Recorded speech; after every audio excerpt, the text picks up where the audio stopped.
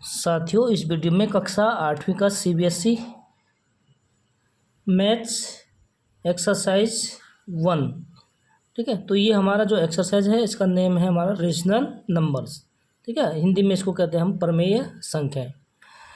तो सबसे पहले बच्चों हम इसका इंट्रोडक्शन कर लेते हैं, उसके बाद हम जो है एक्सरसाइज 1.1 को सॉल्व करेंगे, ठीक है। तो आज की वीडियो में इंट्रोडक्शन पूरा बता देते हैं।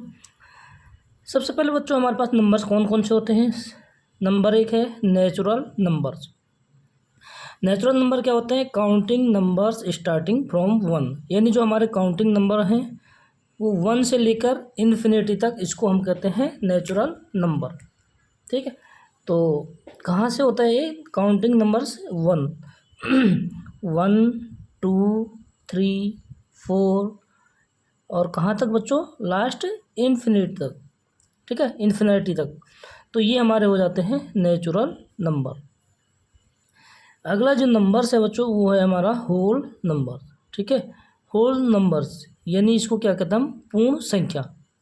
तो होल नंबर्स क्या होते हैं हमारे? नेचुरल नंबर प्लस 0, यानी कि जो हमारे काउंटिंग नंबर्स हैं बच्चों स्टार्टिंग फ्रॉम 1, इनमें अगर हम 0 प्लस कर देंगे तो ये हो जाएगा हमारा होल नंबर्स, ठीक है। यानी कि 0 से लेकर 0 1 2 3 4 5 और कहाँ तक है बच्चों? इन्फिनिटी तक, ठीक है। तो ये हमारे हो गए होल नंबर। 8वीं कक्षा के बच्चे बिल्कुल वीडियो को ध्यान से देखें बच्चों, ठीक है। थर्ड हमारा आ जाता है बच्चों इंटीजर्स। इंटीजर्स यानी हिंदी में कहें तो पूर्णांक, ठीक है। तो इंटीजर्स क्या होते हैं बच्चों? देखो, includes positive and negative whole numbers, ठीक है।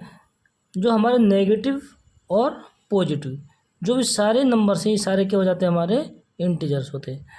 तो ये होता है बच्चों नेगेटिव एंड पॉजिटिव। तो नेगेटिव कहाँ से होता है? माइनस इन्फिनिटी से लेकर और माइनस एंड सोन -3 2 -2 -1 0, फिर पॉजिटिव नंबर्स, ठीक है, 1 2 3 4 और कहाँ तक होता है बच्चों? पॉजिटिव नंबर्स इन्फिनिटी तक। तो यहाँ पे हो जाएगा हमारा इन्फिनिटी, ठीक है। तो माइनस इन्फिनिटी से लेकर प्लस इन्फिनिटी तक ये हमारे सारे जो भी नंबर्स हैं क्या हो जाते हैं? इंटीजर्स, ठीक है। अगला है बच्चों हमारे पास रेशनल नंबर्स। रेशनल्स नंबर्स, ठीक है। तो numbers that can be written in P/Q form where Q is not equal to 0। मतलब ऐसे नंबर बच्चों जिनको हम P/Q के फॉर्म में लिख सकते हैं, ठीक है। तो इनको क्या कहते हैं हम? रेशनल नंबर्स, ठीक है। तो जो हमारा एक्सरसाइज है वो इसी पे जो है डिपेंड है, तो ध्यान से देखना बच्चों। इसके एग्जांपल बता देता हूँ मैं आपको, जैसे P/Q। अब यहाँ पे देखो, जैसे हमारे पास 3/0 है, तो ये क्या है बच्चों? रेशनल नंबर्स नहीं है, क्योंकि इसका क्या है? जो अपॉन में नीचे जो हमारा डिनोमिनेटर है क्या है? यहाँ पे 0 है। तो ये Q क्या होना चाहिए? Q is not equal to 0, यानी Q जो है 0 नहीं होना चाहिए, ठीक है। तो ये क्या हो गया? हमारा रेशनल नंबर्स नहीं है। तो रेशनल नंबर कैसे हो जाएंगे हमारे? P/Q। फॉर एग्जांपल जैसे बच्चों क्या हो जाएगा हमारा? 1/2, ठीक है, 5/3 4/5। तो इस तरीके से P/Q की फॉर्म में हो तो इस प्रकार के नंबर को हम क्या कहते हैं? रेशनल नंबर्स, ठीक है, रेशनल नंबर्स। क्लियर हो गया बच्चों?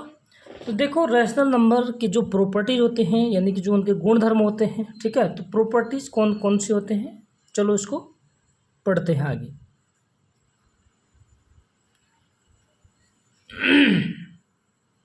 देखो, जो हमारे रेशनल नंबर्स होते हैं उनकी प्रॉपर्टीज, ठीक है। फर्स्ट है कम्यूटेटिव प्रॉपर्टी, ठीक है। कम्यूटेटिव प्रॉपर्टी क्या होता है? जैसे हमारे पास A + B = B + A, यानी हमने क्या किया, केवल इनका जो है स्थान चेंज कर दिया। ठीक है, ए की जगह बी लिख दिया और बी की जगह पे ए लिख दिया। तो ये क्या हो गया हमारा, और इनका जो वैल्यू है वो क्या होनी चाहिए, इक्वल होनी चाहिए। तो इस प्रकार क्या होता है हमारा, ये कौन सी प्रॉपर्टी होगी, कम्यूटेटिव प्रॉपर्टी। तो ये जो है क्या हो जाता है बच्चों, एडिशनल में क्या हो जाता है, ये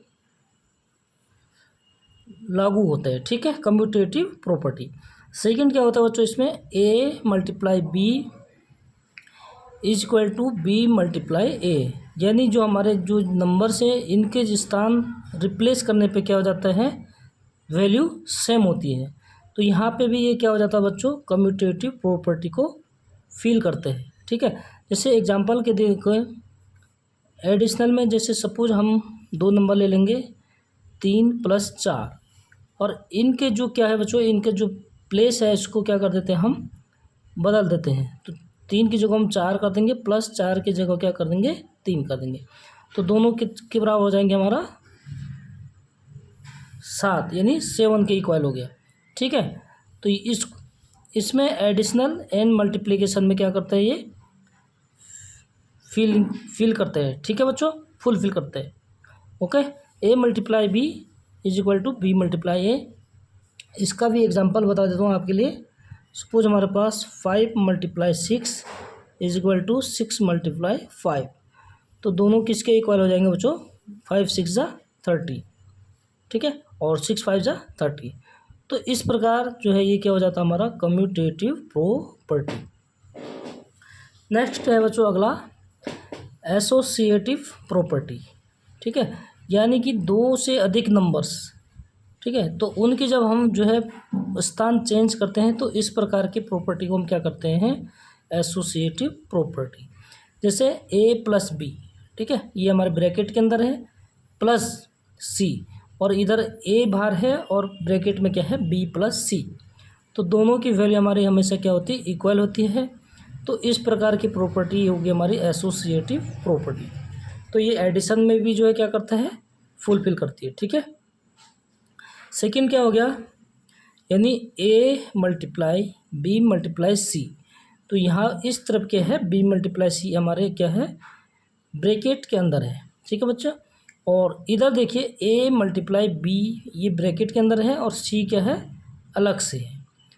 तो इस प्रकार ये फुलफिल करती है, यानी इसमें जो हमारी मल्टीप्लिकेशन है ये भी क्या होती है, अलाउड है।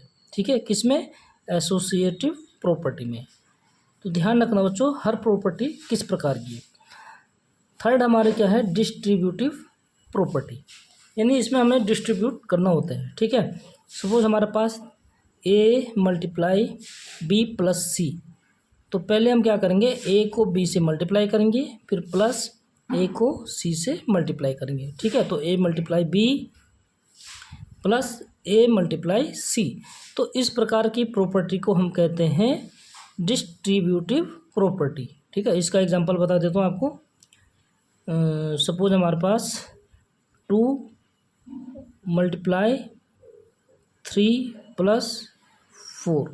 ठीक है, तो डिस्ट्रीब्यूटिव में क्या करते हैं हम, ये डायरेक्ट को इसको ऐड नहीं करते हैं। इसमें पहले 2 से क्या करेंगे हम 3, यानी 2 से 3 को मल्टीप्लाई कर देंगे, फिर 2 से 4 को मल्टीप्लाई कर देते हैं। तो 2 × 3 = 6 + 2 × 4 = 8। ठीक है, यानी 40। तो इस प्रकार की प्रॉपर्टी होती है हमारी डिस्ट्रीब्यूटिव प्रॉपर्टी। ठीक है, जिन बच्चों को समझ में नहीं आएगा वो कमेंट में ज़रूर बताएं। नेक्स्ट है number 4, closure property.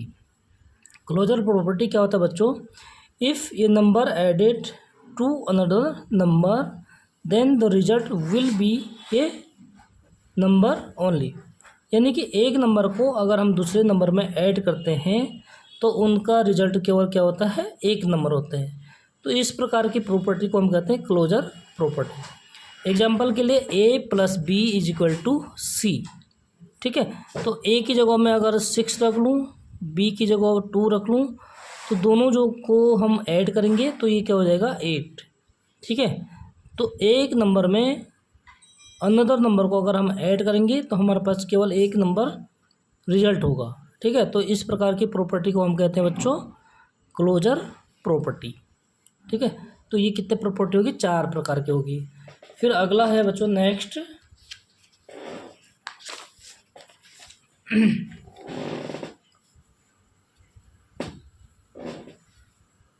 Identity property. Identity property में क्या होता है बच्चों, जैसे हमें किसी नंबर्स में, ठीक है, कोई नंबर जोड़ के उसका जो रिजल्ट होगा वो सेम नंबर होगा, तो इस प्रकार की प्रॉपर्टी को हम कहते हैं आइडेंटिटी प्रॉपर्टी। सपोज हमने ए प्लस 0 इज इक्वल टू ए, यानी ए में हमने 0 को ऐड किया तो हमारा रिजल्ट क्या हुआ, ए है। एग्जाम्पल के लिए सपोज हम ले लेते हैं, कोई भी नंबर ले लेते हैं आप, सपोज मैंने ले लिया 4 एग्जाम्पल, ठीक है, प्लस इसमें हम 0 को ऐड करेंगे तो हमारा रिजल्ट क्या होगा, सेम वही नंबर होगा, ठीक है, जिसमें ऐड किया। तो ये इसको कहते हैं हम आइडेंटिटी प्रॉपर्टी।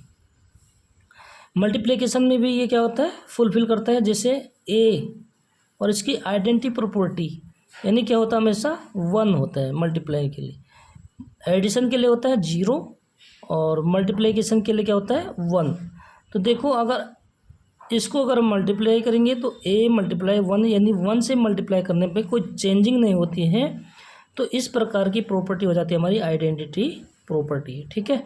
a को 1 से मल्टीप्लाई करेंगे तो ये क्या हो जाता है, a ही हो जाएगा। एग्जाम्पल के लिए कोई नंबर ले लेते हैं बच्चों, सपोज यहाँ पे 8 ले लिया मैंने एग्जाम्पल, ठीक है। 8 को अगर हम 1 से मल्टीप्लाई करेंगे तो 8 1 जा 8, यानी कि जो रिजल्ट होता है उसमें कोई अंतर नहीं होता है, डिफरेंस नहीं होता है, ठीक है। तो ये हमारा क्या हो जाता है आइडेंटिटी प्रॉपर्टी। नेक्स्ट है बच्चों एडिटिव इन्वर्स प्रॉपर्टी।